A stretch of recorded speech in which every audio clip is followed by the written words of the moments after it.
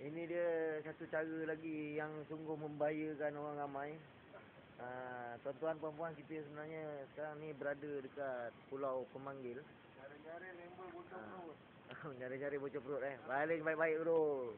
Wah, tolong ngeri tengok lu baling.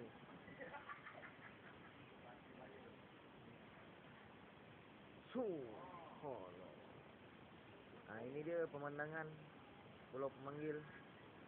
Daripada ujung sana dilihat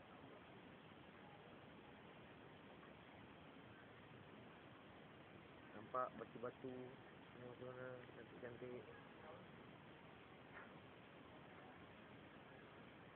dengan lagu-lagu yang merdu, didendangkan lagu-lagu asli seolah-olah memanggil-manggil. Inilah yang dikatakan namanya Pulau Pemanggil.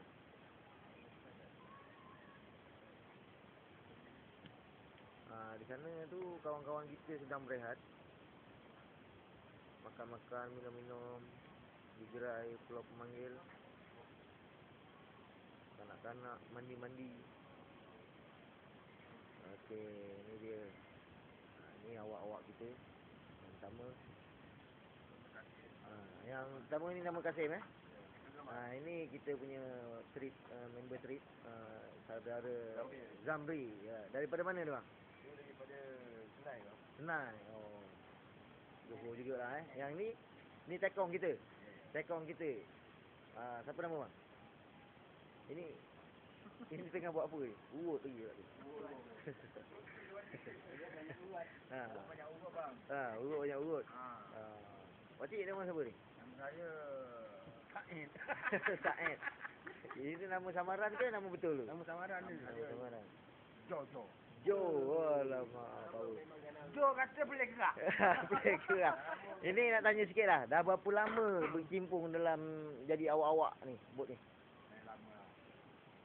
Memang lahir kat sini ke apa? Lahir sini. Memang orang tetap sini Ni tiga-tiga sini memang lahir kat sini lah. Anak jati Pemanggil. Kalau anda nak katakan cerita daripada zaman ke zaman tu, adakah daripada Malaysia juga ke ataupun daripada seberang sana ke memang sini juga tutup kat sini? Memang anak pulau betul-betul Anak pulau. Itu.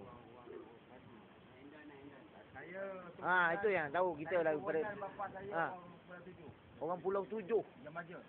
Jemaja kat mana Indonesia. Indonesia. Itulah. Indo juga asalnya Aduh. Pulau Pemanggil asal memang keturunan orang Pulau Tujuh. Orang Pulau Tujuh yang menetap kat sini Buka Pulau Pemanggil. Tapi bila ada penduduk kat sini, maknanya kat sini ada sumber air tu tak? Air minum. Ada. Air terjun.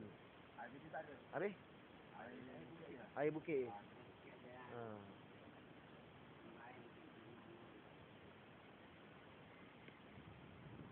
Itu dia dengan aringan lagu-lagu yang merdu, lagu asli daripada Pulau Pemanggil.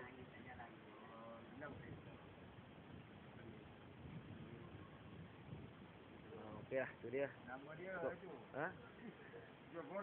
Jobota. Jobota. Ini apa? Urut batin ke apa? Ini bagian selak. Bagian selak dia. Urut selak nama dia. Selak sending. Okey. Urut batin tak. Assalamualaikum.